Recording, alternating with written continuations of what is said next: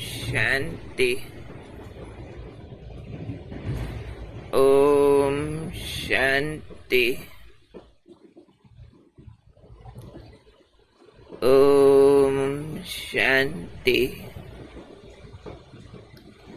आज का स्वमान, मैं विश्व परिवर्तक आत्मा हूँ। कैसे करना है मुझे विश्व का परिवर्तन? हम जानते हैं, बाबा ने सिखाया हमें स्व परिवर्तन ही विश्व परिवर्तन का आधार है। परंतु आज बाबा ने ये बात समझाते हुए स्व परिवर्तन की भी गहराई बताई है कि अगर हमने स्वयं को परिवर्तन करके विश्व का परिवर्तन करना, तो उसमें भी मुख्य रूप से वृत्तियों का परिवर्तन करना, क्योंकि वृत्ति ही हमारी दृष्टि, वाणी और कर्म का आधार होती है। और वृत्ति को समझना, परखना, परिवर्तन करना, ये बड़ा सूक्ष्म सब्जेक्ट होता है, बट बहुत इफेक्टिव होता है। अगर वृत्ति के लेवल से कोई परिवर्तन प्रारंभ करे तो उसकी यात्रा बहुत आसान हो जाएगी, जल्दी रिजल्ट आएंगे। और बाहरी रूप के परिवर्तन पहले करे, वृत्ति वैसी ही रहे, तो जितनी मेहनत परिवर्तन पर की थी, वाणी और कर्म और बाहर के एटिकेट्स बदलने में, सब वापिस वैसे ही हो जाएंगे जैसे थे। क्योंकि बाबा ने कहा है, वृत्ति से वाइब्रेशन बनता है, वायुमंडल बनता है। इसलिए करना क्या है? अपनी कमजोर वृत्तियों को मिटाना रिप्लेसमेंट है। उसके बजाय शुभ और श्रेष्ठ वृत्ति को धारण करने का व्रत लेना। अब ये वृत्ति क्या है? वृत्ति है हमारी मनसा।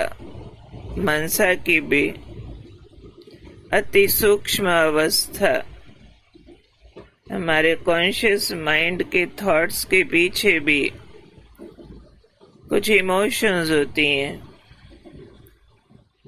ये वहाँ तक काम करते हैं, जिसको हम यहाँ तक भी कह सकते हैं सब कॉन्शियस अनकॉन्शियस माइंड।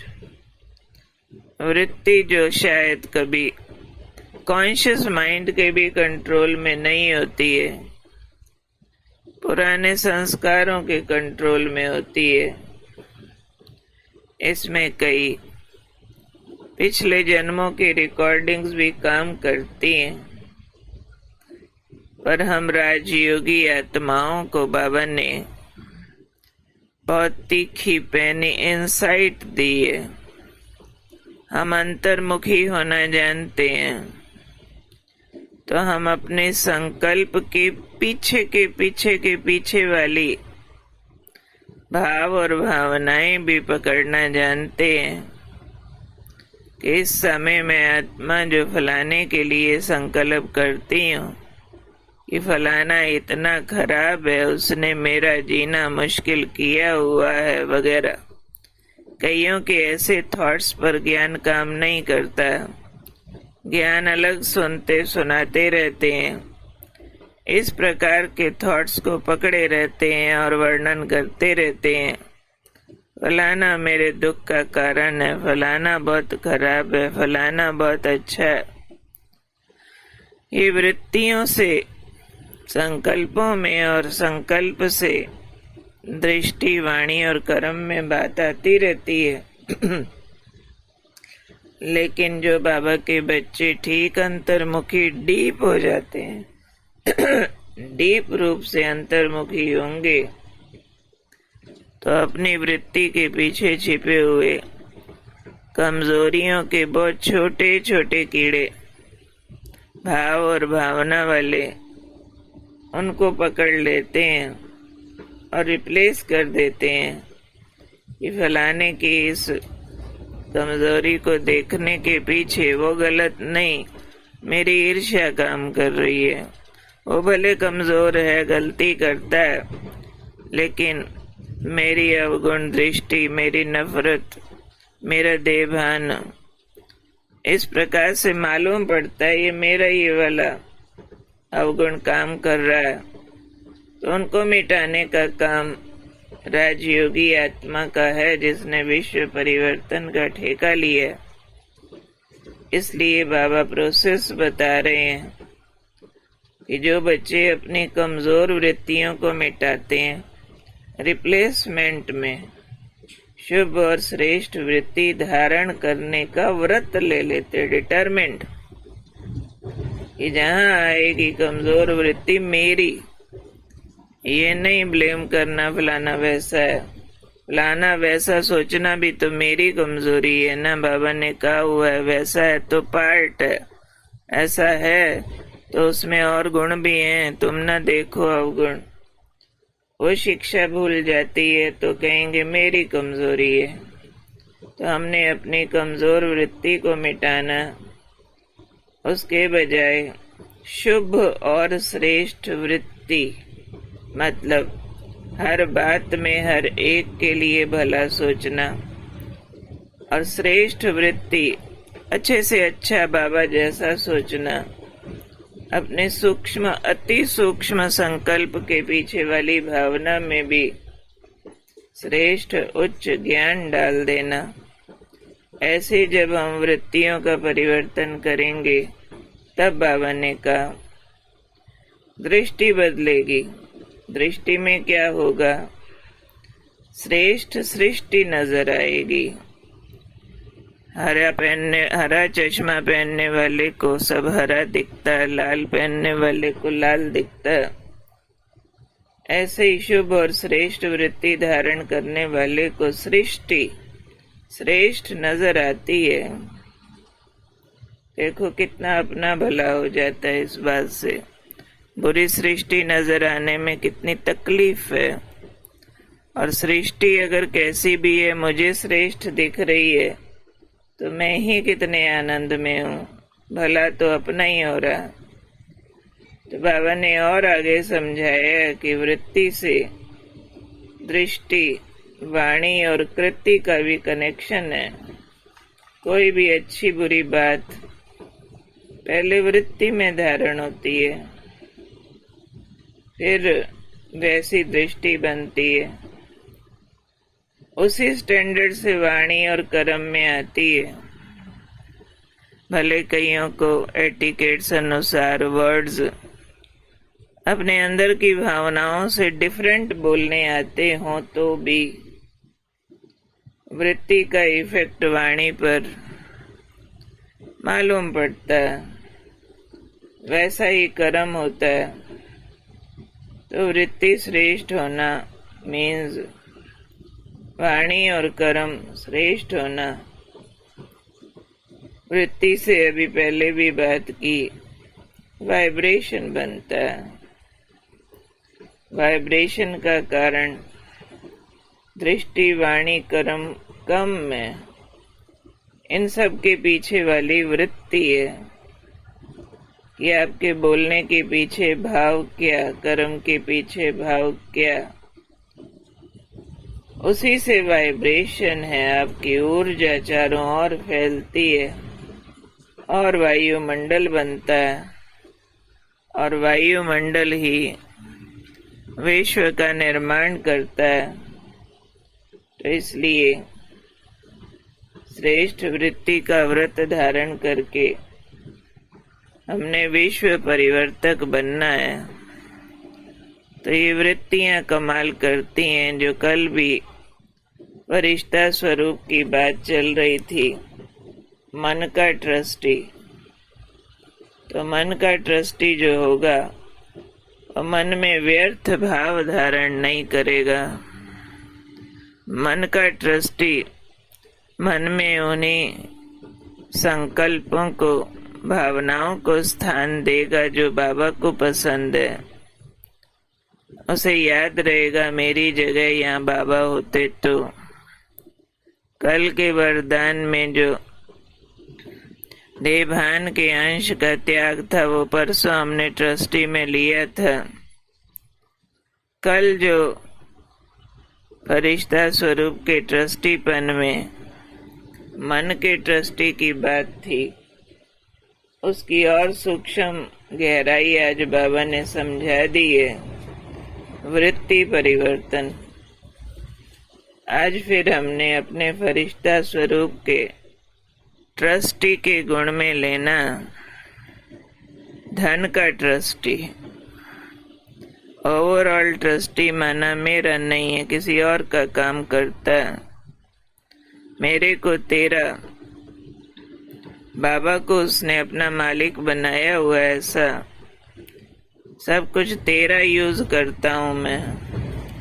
अमानत पर बैठा हूँ इसलिए खुश हूँ, हल्का हूँ, मेरी भी चिंता नहीं है मुझे, क्योंकि मेरा मालिक बहुत विशेष है, मेरा ही है वो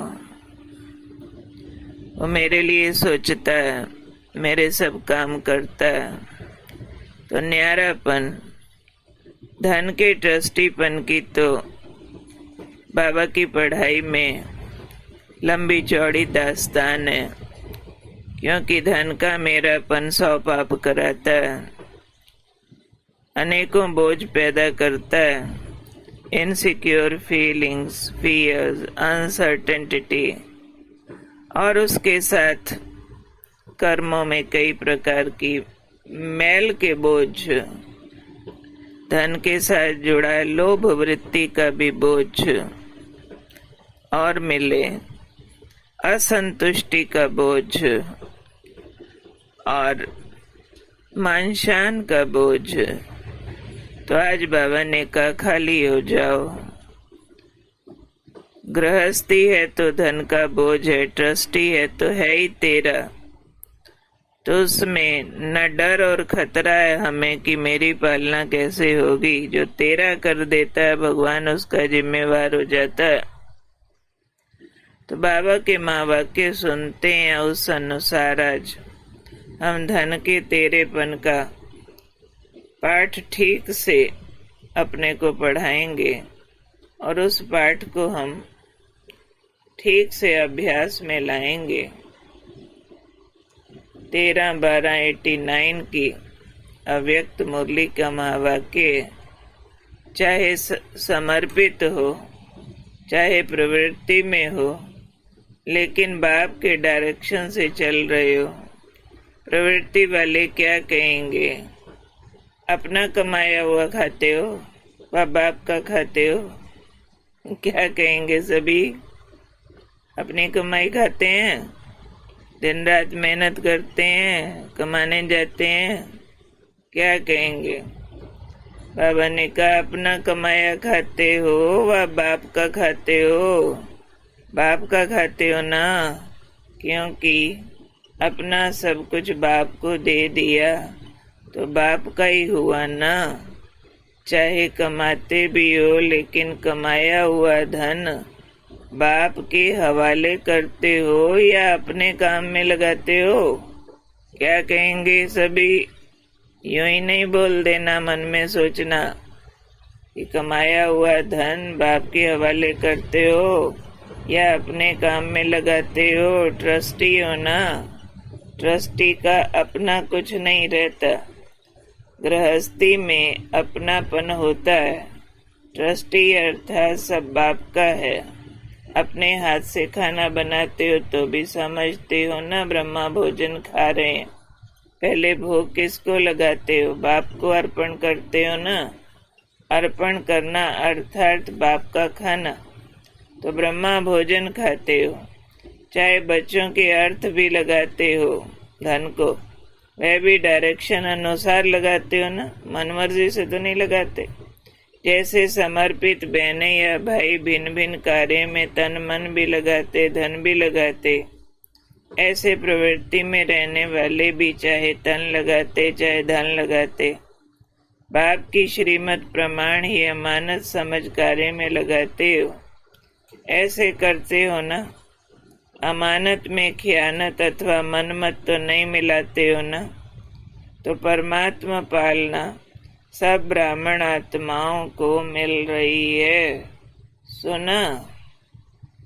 धन के ट्रस्टी अपनी मर्जी से खर्च नहीं करते, चाहे लौकिक कार्यों में लगाएं, लेकिन बाबा से पूछ के, बाबा को बता के, बाबा की शिक्षाओं अनुसार धन का सदुपयोग करना, मेरा न समझना। भले खुद कमाए तो भी समझें बाबा का दिया हुआ है। तो कौन हूँ मैं? ट्रस्टी, फरिश्ता। कोई भी बातों का बंधन नहीं, तन का, मन का, धन का, और मेरी शुभ श्रेष्ठ वृत्ति से अपने वाणी, कर्म और दृष्टि को श्रेष्ठ बनाने वाला हूँ, और इसके द्वारा वाइब्रेशन, वायुमंडल बदलकर विश्व का परिवर्तन करने वाली मैं विशेष विश्व परिवर्तक आत्मा हूँ। ठीक है। ओम शांति।